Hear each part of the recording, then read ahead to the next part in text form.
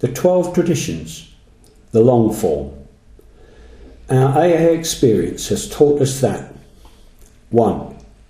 Each member of Alcoholics Anonymous is but a small part of a great whole. AA must continue to live, or most of us will surely die.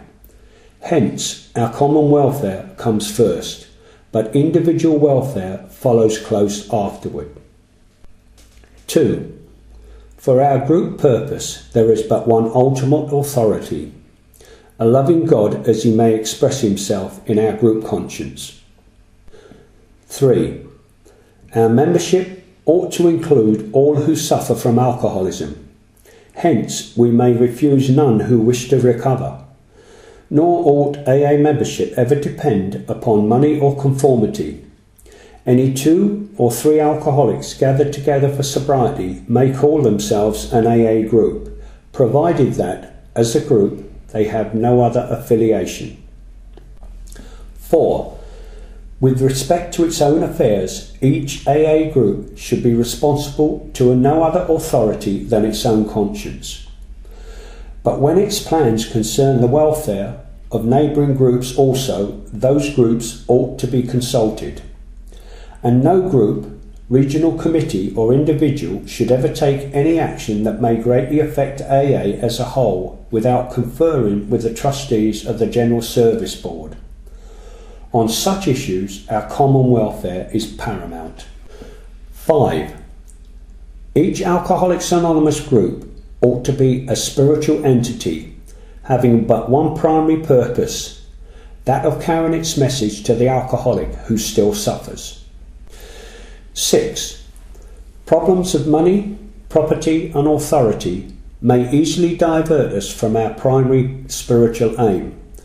We think, therefore, that any considerable property of genuine use to AA should be separately incorporated and managed, thus dividing the material from the spiritual. An AA group, as such, should never go into business.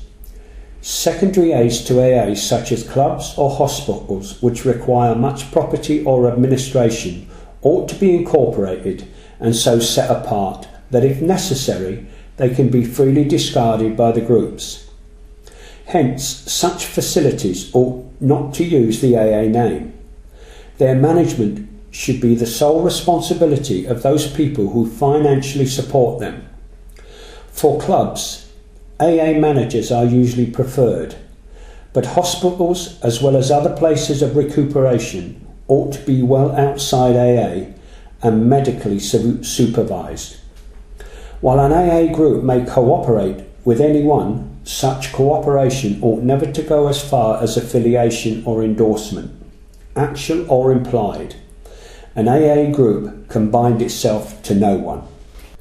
7. The AA groups themselves ought to be fully supported by the voluntary contributions of their own members. We think that each group should soon achieve this ideal, that any public solicitation of funds using the name of Alcoholics Anonymous is highly dangerous, whether by groups, clubs, hospitals or other outside agencies. That acceptance of large gifts from any source or of contributions carrying any obligation whatever is unwise. Then too we view with much concern those AA treasuries which continue beyond prudent reserves to accumulate funds for no stated AA purpose. Experience has often warned us that nothing can so surely destroy our spiritual heritage as futile disputes over property, money and authority. 8. Alcoholics Anonymous should remain forever non-professional. We define professionalism as the occupation of counselling alcoholics for fees or hire, but we may employ alcoholics where they are going to perform those services for which we might otherwise have to engage non-alcoholics.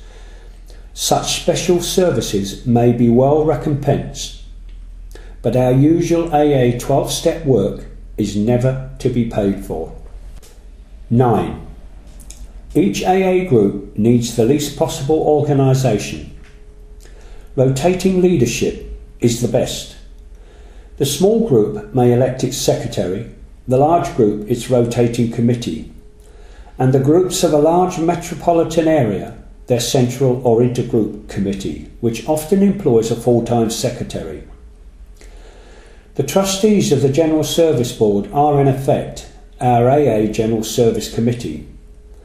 They are the custodians of our AA tradition and the receivers of voluntary AA contributions by which we maintain our AA General Service Office at New York.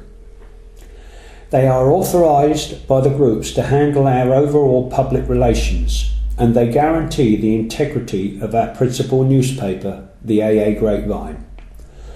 All such representatives are to be guided in the spirit of service, for true leaders in AA are but trusted and experienced servants of the whole.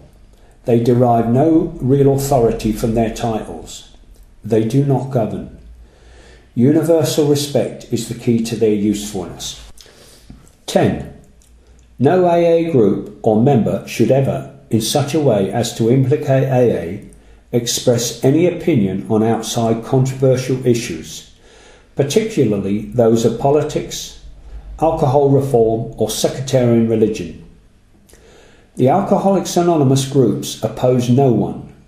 Concerning such matters, they can express no views whatever. 11. Our relations with the general public should be characterised by personal anonymity. We think AA ought to avoid sensational advertising. Our names and pictures as AA members ought not be broadcast, filmed or publicly printed. Our public relations should be guided by the principles of attraction rather than promotion. There is never need to praise ourselves. We feel it better to let our friends recommend us. 12. And finally, we of Alcoholics Anonymous believe that the principle of anonymity has an immense spiritual significance. It reminds us that we are to place principles before personalities, that we are actually to practice a genuine humility. This to the end that our great blessings may never spoil us, that we shall forever live in thankful contemplation of Him who presides over us all.